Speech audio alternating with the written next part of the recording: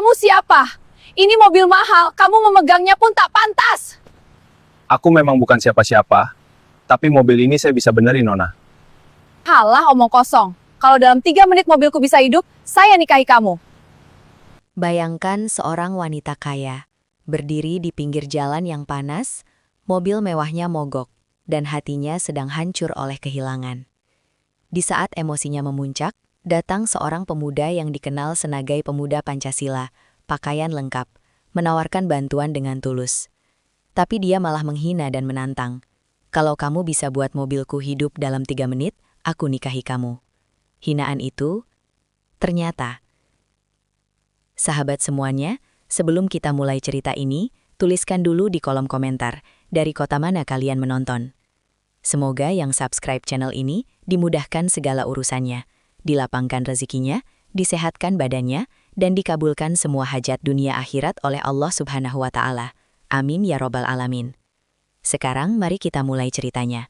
Mentari siang menggantung tepat di atas kepala, memantulkan panas yang menyesakan dari aspal jalanan. Udara terasa berat, seperti ikut menekan dada Ayu yang sejak pagi sudah dipenuhi emosi. Mobil sedan mewahnya melaju pelan, sebelum akhirnya berhenti mendadak di pinggir jalan yang sepi. Mesin mati tanpa peringatan, meninggalkan keheningan yang justru terasa bising di telinganya. Ayu memukul setir pelan, napasnya tersengal. Keringat bercampur dengan rasa kesal yang tak tertahan. Sejak kepergian suaminya beberapa bulan lalu, hidupnya terasa seperti mesin yang terus dipaksa berjalan tanpa perawatan. Ia berusaha kuat, tampil rapi, terlihat sukses. Namun di dalam, hatinya rapuh dan mudah terbakar. Ia turun dari mobil, membuka kap mesin dengan gerakan kasar. Asap tipis mengepul, menambah kepanikan dan rasa malu. Jalanan itu tidak ramai, hanya sesekali kendaraan melintas tanpa memperhatikan. Ayu meraih ponselnya, mencoba menghubungi bantuan, namun sinyal terasa lambat. Setiap detik berlalu seperti ejekan atas ketidakberdayaannya. Di tengah panas dan kesunyian itu, suara motor tua terdengar mendekat. Ayu menoleh sekilas, lalu kembali menunduk, tak berharap apapun. Motor bebek itu berhenti tak jauh dari mobilnya. Seorang pria turun perlahan, tubuhnya tegap, wajahnya tenang. Jaket orange yang ia kenakan tampak mencolok di bawah sinar matahari. Pria itu melirik mobil Ayu lalu tersenyum kecil, senyum yang sederhana dan tidak dibuat-buat. "Ada apa, Mbak? Mogok ya?" Suara itu terdengar ramah, tanpa nada menghakimi. Namun bagi Ayu, kalimat itu justru seperti percikan api. Di saat harga dirinya terasa runtuh, kehadiran orang asing dengan penampilan seperti itu membuat emosinya mendidih. Ia merasa sedang dipandang dari atas ke bawah, meski sebenarnya tidak. Ayu mengangkat wajahnya perlahan.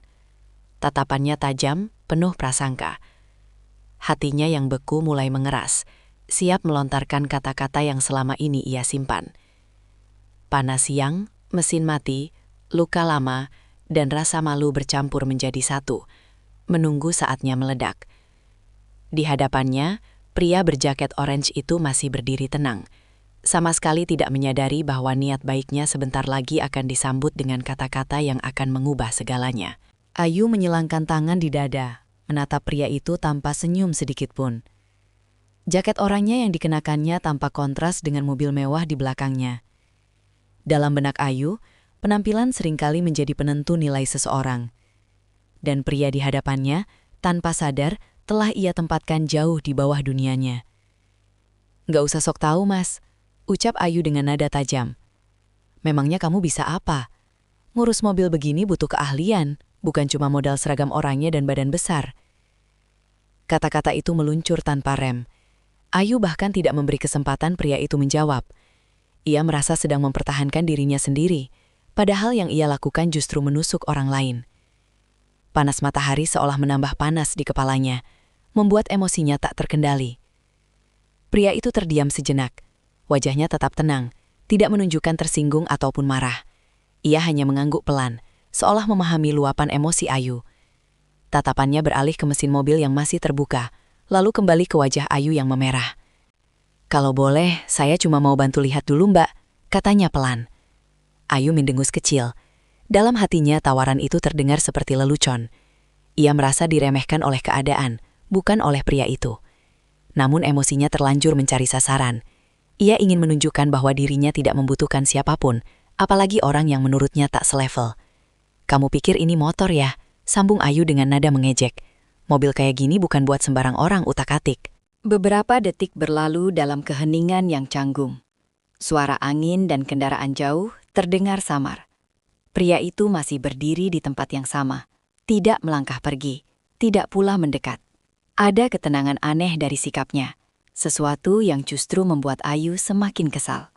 Ia menghela napas keras, lalu melontarkan kalimat yang keluar begitu saja, tanpa dipikirkan akibatnya. "Kalau memang kamu bisa nyalain mobil ini, aku janji bakal jadi istrimu." Kalimat itu melayang di udara panas, terdengar jelas dan penuh nada meremehkan. Ayu yakin ucapannya hanya akan menjadi bahan tertawaan. Ia tidak tahu bahwa janji yang diucapkan dengan kesombongan seringkali berubah menjadi beban yang harus dipertanggungjawabkan. Pria berjaket orange itu menatap Ayu lebih lama kali ini. Tidak ada senyum, tidak ada ekspresi terkejut. Hanya tatapan tenang yang sulit dibaca. Setelah itu, ia mengangguk sekali lagi, lebih dalam dari sebelumnya. "Baik, Mbak," katanya singkat. Ia melangkah mendekati mobil, membuka kap mesin lebih lebar. Ayu berdiri mematung, setengah yakin sedang menyaksikan sesuatu yang sia-sia. Namun di dadanya, entah kenapa, muncul rasa tak nyaman yang belum pernah ia rasakan sebelumnya. Pria berjaket orange itu berdiri tepat di depan mesin mobil Ayu. Ia menyingkirkan jaketnya sedikit agar tidak kotor, lalu mencondongkan badan dengan gerakan yang tenang. Tangannya yang tampak kasar mulai menyentuh bagian dalam mesin, seolah sudah sangat mengenal bentuk dan letaknya. Tidak ada gerakan terburu-buru, tidak ada gumaman kesal. Ayu berdiri beberapa langkah di belakang, menatap dengan perasaan campur aduk. Ia yakin semua ini hanya buang-buang waktu. Namun entah mengapa, cara pria itu memperlakukan mesin mobilnya berbeda dari mekanik yang biasa ia temui. Tidak ada kesan pamer, tidak ada sikap sok pintar. Beberapa kabel diperiksa, lalu dibersihkan perlahan. Pria itu menunduk lebih dalam, matanya fokus, seakan dunia di sekitarnya lenyap. Panas matahari seolah tidak ia rasakan. Sesekali ia meniup debu yang menempel, lalu mengelapnya dengan kain kecil yang ia keluarkan dari saku celana. Ayu menghela napas panjang. Ia ingin mengatakan sesuatu, namun lidahnya terasa berat. Ada rasa aneh yang mulai menyelinap, bukan kagum, bukan pula percaya. Lebih seperti ketidakpastian yang membuatnya tidak nyaman. Pria itu kemudian meminta Ayu duduk di dalam mobil. "Tolong dicoba starter nanti ya," katanya singkat. Nada suaranya tetap sama, tidak ada perubahan meski sebelumnya ia dihina. Ayu menurut tanpa berkata apa-apa. Ia duduk di balik kemudi, jemarinya menggenggam kunci kontak dengan ragu. Di kaca spion, ia bisa melihat pria itu masih membungkuk di depan mesin. Beberapa menit berlalu. Ayu mulai merasa waktu berjalan lebih lambat dari biasanya. Keringat di pelipisnya menetes. Bukan hanya karena panas, tetapi juga karena perasaan tak menentu. Untuk pertama kalinya sejak suaminya meninggal, ia merasa benar-benar tidak memegang kendali. Pria itu akhirnya menutup kap mesin setengah, lalu memberi isyarat. "Sekarang, Mbak." Ayu memutar kunci kontak. Suara starter terdengar berat, membuat jantungnya ikut berdegup. Dalam hatinya, ia sudah bersiap mendengar kegagalan. Namun pada detik berikutnya, sesuatu terjadi. Mesin itu bergetar, lalu menyala. Suara raungan halus memenuhi kabin. Ayu terpaku. Tangannya masih memegang kunci, matanya membelalak. Ia menoleh cepat ke arah depan mobil. Pria berjaket orange itu berdiri tegak, menatap mesin yang hidup dengan ekspresi datar. Tidak ada sorak kemenangan, tidak ada senyum puas. Seolah semua itu hanyalah pekerjaan biasa. Ayu menelan ludah, dadanya terasa sesak. Untuk pertama kalinya, kata-kata yang tadi ia ucapkan kembali terngiang. Kali ini terdengar sangat memalukan. Ayu masih duduk di balik kemudi ketika suara mesin itu terus menyala stabil. Getarannya terasa nyata, berbanding terbalik dengan perasaannya yang mendadak kosong. Ia memandang panel kemudi tanpa benar-benar melihat apapun. Di luar mobil, pria berjaket orange itu berdiri tenang, menurunkan kap mesin dengan hati-hati. Beberapa detik berlalu tanpa suara. Panas siang masih menyengat, namun Ayu justru merasa dingin. Kata-kata yang tadi ia ucapkan kembali terngiang, lebih keras dari suara mesin. Janji yang ia lontarkan dengan nada mengejek, kini terasa seperti beban yang menekan dadanya. Ia membuka pintu mobil dan turun perlahan. Langkahnya ragu. Saat pandangannya bertemu dengan pria itu, ia langsung menunduk. Untuk pertama kalinya, Ayu kehabisan kata. Tidak ada pembelaan, tidak ada kalimat sinis yang biasanya begitu mudah keluar dari mulutnya. Pria itu hanya mengangguk kecil. "Sudah bisa dipakai, Mbak," katanya singkat. Nada suaranya datar, tanpa sedikit pun tuntutan, seolah kejadian barusan tidak menyisakan apa-apa. Justru sikap itulah yang membuat Ayu semakin merasa kecil. Ia ingin mengatakan terima kasih, ingin meminta maaf, namun tenggorokannya terasa tercekat. Beberapa lembar uang sudah berada di tangannya. Refleks lama muncul begitu saja. Namun sebelum sempat ia sodorkan, pria itu menggeleng pelan. "Tidak perlu, Mbak." Kalimat itu sederhana, namun menghantam batin Ayu lebih keras dari hinaannya sendiri. Ia menarik kembali tangannya dengan gerakan kaku. Rasa malu mengalir bersama kesadaran bahwa ia telah menilai orang lain dengan cara yang salah. Pria berjaket orange itu melangkah menuju motornya. Ia mengenakan kembali jaketnya, menepuk jok motor yang sudah usang, lalu menoleh sebentar ke arah Ayu. Tatapan mereka bertemu sesaat, cukup untuk membuat Ayu menunduk lebih dalam. Tanpa menunggu apapun, motor itu menyala dan perlahan menjauh. Debu tipis terangkat dari aspal, lalu menghilang bersama suara mesin motor yang semakin jauh. Ayu berdiri sendiri di pinggir jalan, menatap arah kepergian pria itu. Mesin mobilnya masih hidup, namun hatinya terasa tertinggal. Janji yang tadi ia ucapkan membeku di udara panas, berubah menjadi penyesalan yang mulai tumbuh diam-diam. Mobil Ayu melaju meninggalkan tempat itu, namun pikirannya tertinggal di pinggir jalan yang panas.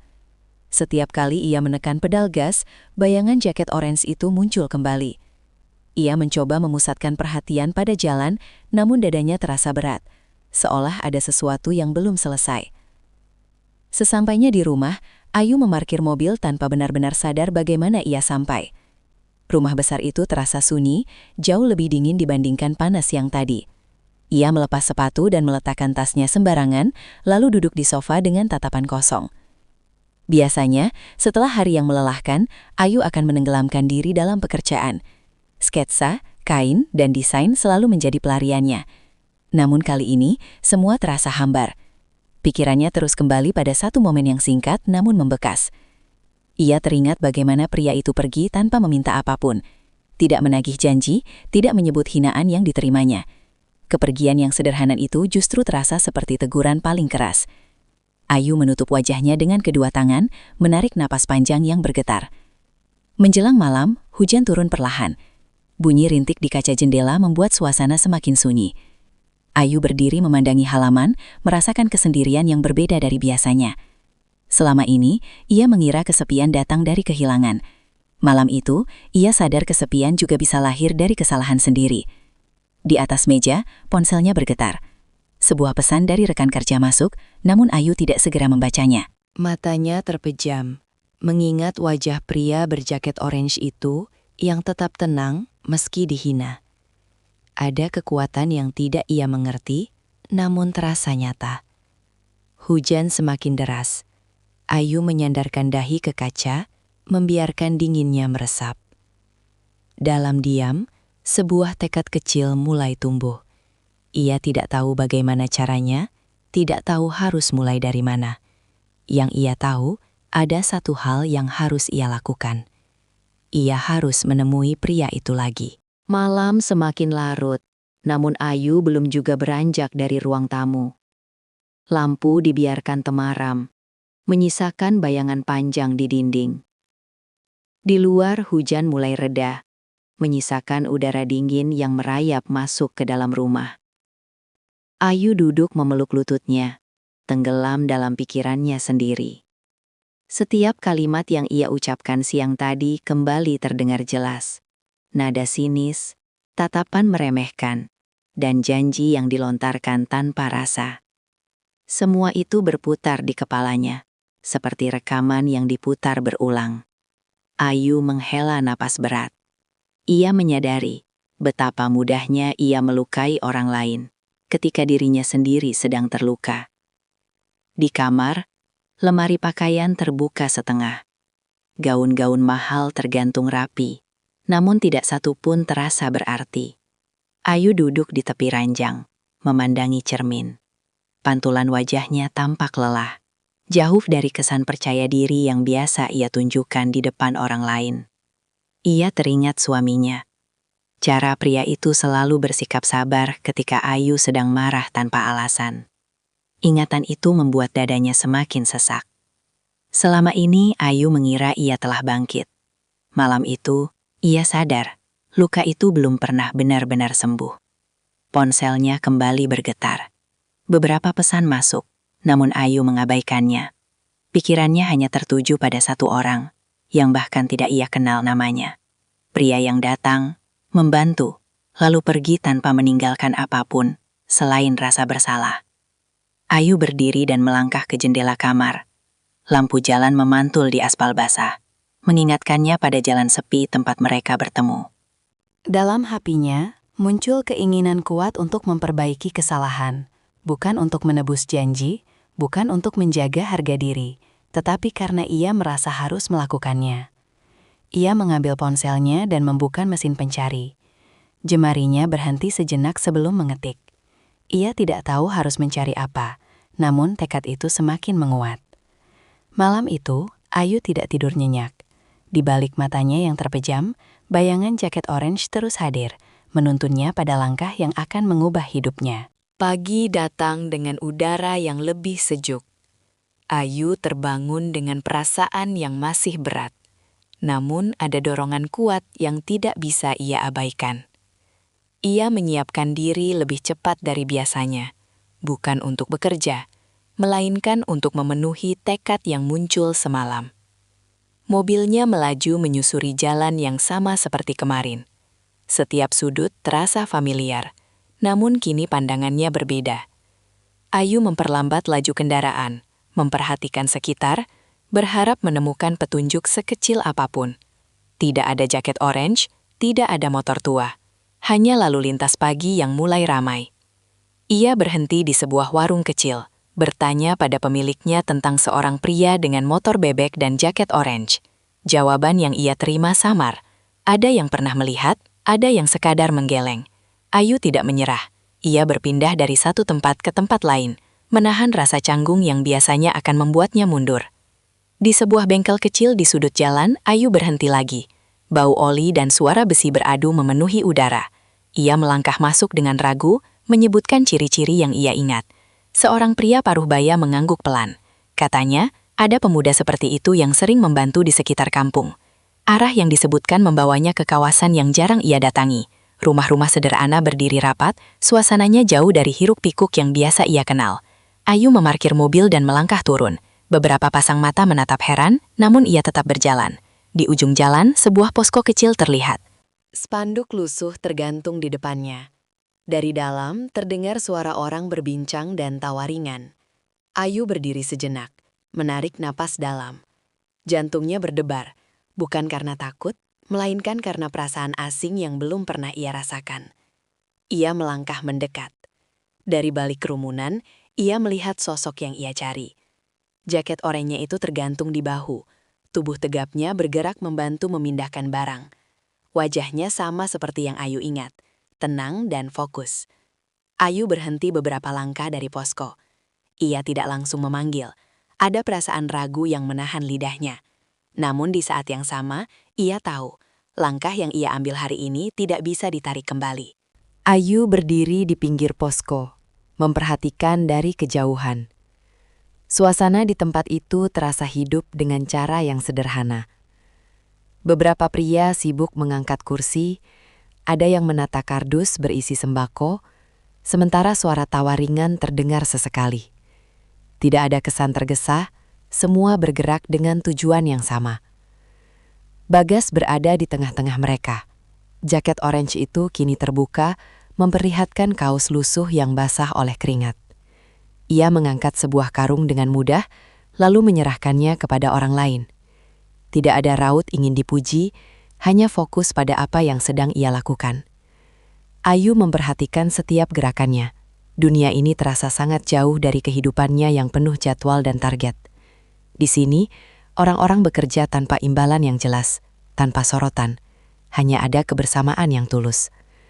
Seorang ibu mendekati Bagas sambil membawa botol air. Ia menerimanya dengan senyum dan ucapan terima kasih singkat. Anak kecil berlarian di sekitar posko, memanggil namanya dengan akrab. Bagas menepuk kepala mereka sambil tersenyum, lalu kembali bekerja. Hati Ayu terasa bergetar. Ia teringat bagaimana dengan mudahnya ia melontarkan hinaan kemarin. Rasa malu itu kembali muncul, kali ini lebih dalam. Ia merasa seperti orang asing di tempat yang penuh kehangatan. Beberapa orang mulai menyadari kehadirannya. Tatapan penasaran tertuju pada Ayu, yang berdiri dengan pakaian rapi di antara suasana sederhana. Bisik-bisik kecil terdengar, namun Ayu memilih tidak memedulikannya. Bagas akhirnya menoleh. Pandangan mereka bertemu. Untuk sesaat, waktu seperti melambat. Bagas terdiam, lalu mengangguk pelan, seolah mengenali Ayu tanpa terkejut. Tidak ada perubahan di wajahnya, tidak ada sikap menjauh. Ayu melangkah maju dengan hati-hati. Setiap langkah terasa berat, namun ia terus mendekat. Di depan pria itu, semua kata yang ia siapkan sejak pagi terasa menguap. Tenggorokannya kering, dadanya berdebar keras. Ia berdiri tepat di hadapan Bagas. Suara di sekitar posko perlahan meredup, menyisakan ketegangan yang halus namun nyata. Ayu menunduk, mengumpulkan keberanian yang tersisa. Ayu menarik napas panjang sebelum akhirnya membuka suara. Ucapannya keluar pelan, hampir tenggelam oleh keramaian di sekitarnya. Ia menyebutkan permintaan maaf tanpa membela diri, tanpa alasan yang berbelit. Kata demi kata mengalir jujur, meski suaranya sempat bergetar. Bagas mendengarkan dengan kepala sedikit menunduk. Tangannya berhenti bekerja, namun sikapnya tetap tenang. Tidak ada ekspresi marah, tidak pula senyum yang dibuat-buat. Ia membiarkan Ayu menyelesaikan kalimatnya tanpa memotong. Setelah itu hening menyelimuti mereka sesaat. Ayu menunggu, menahan napas, seolah menanti hukuman. Namun yang datang justru anggukan kecil dan satu kalimat sederhana. Tidak apa-apa, Mbak, sudah lewat. Kalimat itu singkat, namun rasanya lebih dalam dari ceramah panjang. Ayu mengangkat wajahnya perlahan. Ia melihat ketulusan yang tidak dibuat, penerimaan yang tidak disertai tuntutan apapun. Sesuatu di dadanya terasa longgar, seperti simpul yang akhirnya terurai. Bagas kembali melanjutkan pekerjaannya, seolah tidak ada kejadian besar barusan. Ia mengangkat kardus, memberi arahan singkat kepada teman-temannya. Sikap itu membuat Ayu semakin merasa kecil, namun kali ini dengan cara yang berbeda. Ia berdiri beberapa saat, tidak tahu harus berbuat apa. Tidak ada kemarahan yang harus dihadapi, tidak ada penolakan yang ia takutkan. Yang ada justru ketenangan yang asing baginya.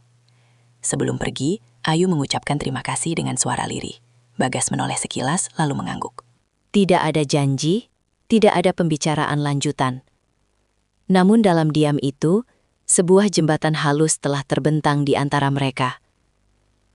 Ayu melangkah meninggalkan posko dengan perasaan yang belum pernah ia rasakan sebelumnya.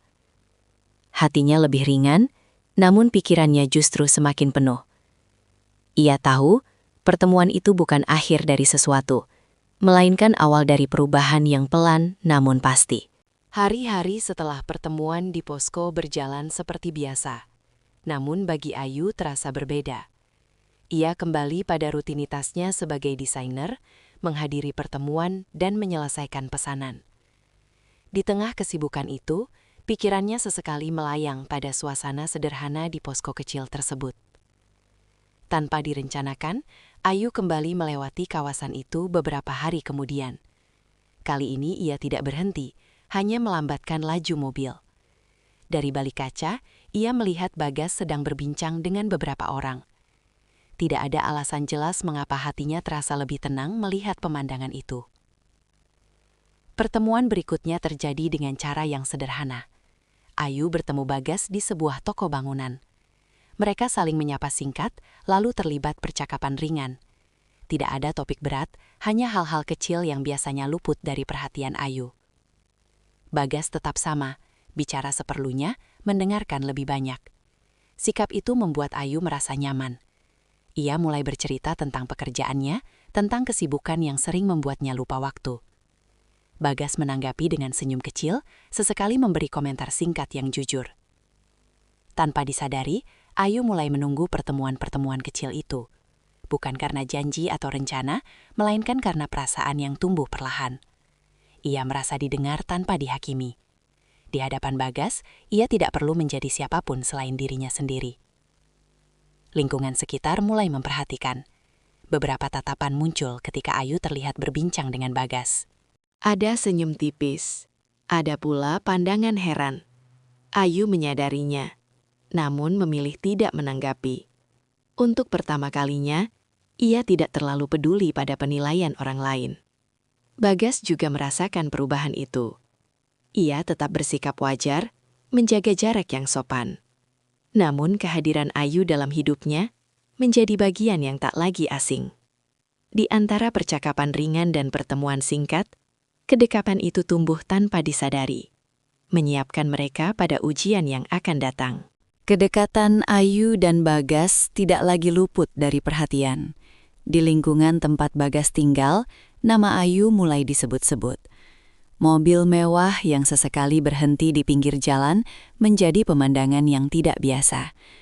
Beberapa orang memandang dengan rasa ingin tahu, sementara yang lain memilih berbisik di balik senyum.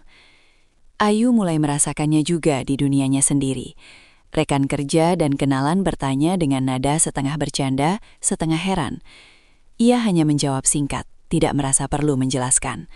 Namun setiap pertanyaan itu meninggalkan bekas kecil di pikirannya. Di posko, suasana tak lagi sepenuhnya sama. Beberapa tatapan berubah ketika Ayu datang. Ada yang bersikap ramah, ada pula yang menjaga jarak. Bagas menyadarinya, meski tidak pernah mengungkapkan. Ia tetap menjalankan kegiatan seperti biasa, seolah bisik-bisik itu tidak berarti. Suatu sore, Ayu mendengar langsung percakapan yang tidak sengaja terucap di dekatnya. Tentang perbedaan dunia, tentang niat yang dipertanyakan, tentang masa depan yang diragukan. Kata-kata itu tidak keras, namun cukup untuk menusuk. Ayu pulang dengan perasaan campur aduk. Untuk pertama kalinya, ia berada di posisi yang dulu sering ia lakukan pada orang lain. Ia merasakan bagaimana penilaian tanpa mengenal lebih dalam bisa terasa menyakitkan. Bagas pun tidak luput dari tekanan. Beberapa orang mempertanyakan kedekatannya dengan Ayu. Ada yang mengingatkan, ada pula yang menyindir. Bagas mendengarkan tanpa membela diri. Di dalam hatinya, ia mulai menyadari bahwa hubungan ini tidak akan berjalan tanpa rintangan. Malam itu, Ayu dan Bagas bertemu di tempat yang sepi. Percakapan mereka lebih sedikit dari biasanya. Ada jarak halus yang terbentuk, bukan karena perasaan yang berkurang, melainkan karena beban yang semakin terasa. Keduanya memahami bahwa kedekatan ini telah memasuki fase yang berbeda. Tekanan yang datang dari luar perlahan merembes ke dalam hati Ayu. Ia mulai lebih sering diam, tersenyum seperlunya, lalu menghindar dengan alasan pekerjaan. Bagas merasakan perubahan itu, meski Ayu tak pernah mengatakannya secara langsung. Kedekatan yang sebelumnya terasa hangat, kini diwarnai jarak yang tak terlihat. Suatu malam, Ayu menghadiri sebuah acara kecil yang seharusnya ia wakili. Di ruangan itu, musik mengalun pelan, namun sebuah kalimat yang terdengar samar membuat tubuhnya menegang. Nama suaminya disebut tanpa sengaja oleh seseorang yang mengenalnya. Kalimat itu sederhana, namun cukup untuk membuka pintu kenangan yang selama ini ia kunci rapat. Wajah suaminya kembali hadir dalam ingatan. Suara, tawa, dan kepergiannya yang mendadak. Ayu merasakan dadanya sesak, napasnya pendek. Ia meninggalkan ruangan lebih cepat lebih sadar, duduk di dalam mobil dengan tangan gemetar. Malam terasa panjang dan sunyi. Sejak kejadian itu, Ayu semakin menarik diri. Pesan Bagas dibalas singkat, pertemuan mulai jarang. Ia bukan ingin menjauh, namun rasa takut menguasai dirinya. Takut kehilangan lagi, takut berharap, takut membiarkan seseorang terlalu dekat. Bagas menyadari ada sesuatu yang berubah. Ia tidak memaksa, tidak menuntut penjelasan. Namun dalam diamnya muncul kekhawatiran. Ia melihat Ayu seperti seseorang yang berdiri di tepi jurang, ragu untuk melangkah maju atau mundur. Suatu sore, mereka bertemu tanpa sengaja. Ayu terlihat lelah, matanya menyimpan kesedihan yang dalam. Bagas ingin bertanya, namun memilih menahan diri. Ia tahu luka yang belum sembuh tidak bisa dipaksa untuk diceritakan. Di balik sikap dingin Ayu, badai sedang berkecamuk. Luka lama yang ia kira telah mengering ternyata masih basah. Dan tanpa ia sadari, luka itu sedang menguji ketulusan yang mulai tumbuh di hadapannya. Bagas duduk sendirian di posko ketika malam mulai turun. Aktivitas telah usai, lampu menyala redup, menyisakan bayangan panjang di lantai. Suara ramai yang biasa mengisi tempat itu telah berganti dengan kesunyian. Ia menatap keluar ke arah jalan kecil yang mulai sepi. Pikirannya tidak sepenuhnya berada di sana. Wajah Ayu yang akhir-akhir ini terlihat lelah terus terbayang. Jarak yang terbentuk di antara mereka terasa nyata meski tidak pernah diucapkan. Bagas memahami, namun pemahaman itu tidak mengurangi berat di dadanya. Ia menyadari satu hal, selama ini ia selalu memilih diam, berharap waktu akan menyelesaikan semuanya. Namun semakin lama, semakin jelas bahwa diam tidak lagi cukup. Ada perasaan yang tumbuh dan ada tanggung jawab yang mengikutinya. Bagas berdiri, merapikan kursi dan meja yang masih tersisa. Gerakannya pelan, teratur, seolah setiap langkah sedang ia timbang dengan hati-hati. Di balik kesederhanaannya, ada tekad yang mulai menguat. Malam itu, ia pulang lebih larut dari biasanya. Di rumah, ia duduk di hadapan ibunya, mendengarkan nasihat tanpa banyak bicara. Tidak semua hal ia ceritakan, namun cukup untuk membuat ibunya memahami bahwa anaknya sedang memikul sesuatu yang besar. Bagas menatap landai, lalu mengangguk pelan. Keputusan itu tidak lahir dari emosi, melainkan dari keyakinan yang tumbuh perlahan sejak hari pertama ia memilih membantu tanpa pamrih. Ia tahu, langkah berikutnya akan mengubah banyak hal. Di tempat lain, Ayu duduk di dalam mobilnya, menatap layar ponsel tanpa benar-benar membaca. Hatinya gelisah, seolah merasakan perubahan yang sedang terjadi. Tanpa kata, tanpa janji, dua keputusan sedang bergerak menuju satu titik yang sama. Malam terus berjalan, membawa keduanya pada jalur yang tidak bisa lagi dihindari. Dalam sunyi, keputusan telah diambil, dan pagi esok akan menjadi awal dari ujian yang sesungguhnya. Pagi itu, Ayu dikejutkan oleh kabar yang tidak ia duga. Ibunya mengabarkan bahwa akan ada tamu datang ke rumah. Nada suaranya terdengar serius, berbeda dari biasanya. Ayu belum sempat bertanya lebih jauh ketika perasaan tak tenang mulai menyelimuti hatinya. Menjelang siang, suasana rumah terasa lebih rapi dari biasanya. Ayu duduk di ruang tamu dengan pikiran yang terus berputar. Ketika pintu terbuka dan sosok yang masuk terlihat jelas, dadanya seketika terasa sesak. Bagas berdiri di sana, mengenakan pakaian sederhana, wajahnya tenang, namun sorot matanya penuh kesungguhan. Ayu terpaku. Ia tidak tahu rencana ini akan terjadi hari itu. Tidak ada pesan, tidak ada isyarat. Namun dari cara Bagas melangkah masuk dan memberi salam dengan sopan, Ayu memahami bahwa ini bukan kunjungan biasa. Bagas duduk di hadapan orang tua Ayu dengan sikap tegak. Ia menyampaikan niatnya tanpa berputar-putar. Kalimatnya sederhana, tidak berlebihan, namun jelas. Ia tidak menjanjikan kemewahan atau kehidupan tanpa masalah. Yang ia sampaikan hanyalah kesiapan untuk bertanggung jawab dan keseriusan menjaga Ayu dengan caranya sendiri. Ruangan itu dipenuhi keheningan. Wajah orang tua Ayu menyimpan berbagai perasaan. Ada ragu, ada khawatir, dan ada pertanyaan yang tidak langsung terucap. Mereka memandang Bagas dengan saksama, menimbang kata demi kata yang baru saja disampaikan. Ayu duduk tanpa suara, tangannya saling menggenggam, menahan gemetar.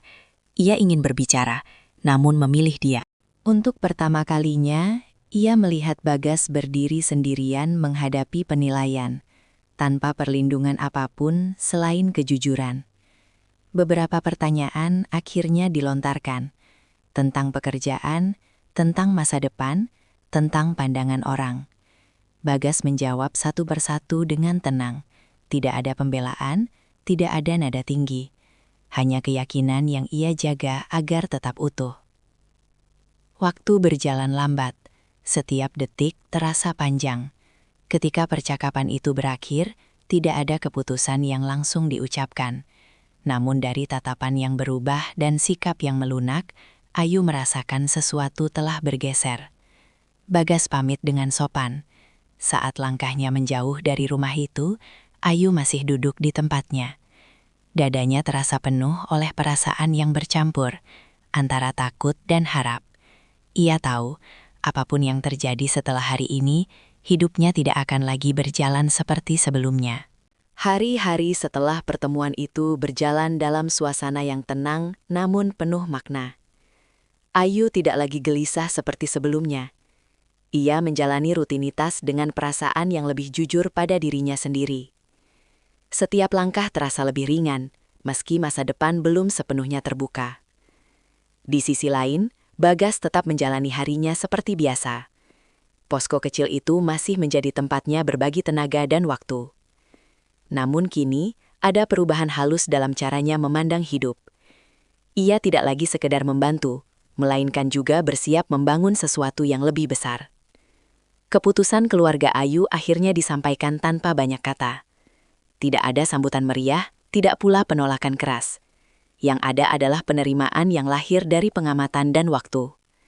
Ketulusan yang konsisten lebih berbicara daripada janji yang panjang. Pernikahan mereka berlangsung sederhana. Tidak ada kemewahan berlebihan, hanya kehadiran orang-orang terdekat dan doa yang mengalir pelan. Ayu berdiri di samping Bagas dengan wajah yang tenang. Ia tidak lagi merasa harus membuktikan apapun pada dunia. Jaket orange itu tergantung rapi, tidak lagi dipakai di hari istimewa tersebut. Namun maknanya tetap melekat. Bagi Ayu, jaket itu bukan simbol penampilan, melainkan pengingat tentang pelajaran terbesar dalam hidupnya. Tentang bagaimana ia pernah menilai dengan mata, lalu belajar memahami dengan hati. Bagas tetap menjadi dirinya sendiri, sederhana, tenang, dan tidak banyak bicara. Ia tidak berubah karena cinta. Justru cinta itu tumbuh karena ia tidak berubah. Di dalam hatinya, tidak ada dendam atas hinaan masa lalu. Hanya ruang yang luas untuk menerima. Kehidupan baru mereka dimulai tanpa sorotan. Ayu melangkah dengan pandangan yang lebih rendah hati. Bagas berjalan dengan keteguhan yang sama seperti pertama kali ia berhenti di pinggir jalan. Dua dunia yang berbeda telah bertemu, bukan untuk saling mengalahkan, melainkan untuk saling melengkapi. Dan di balik jaket orange yang pernah diremehkan, selalu ada hati emas yang bekerja dalam diam.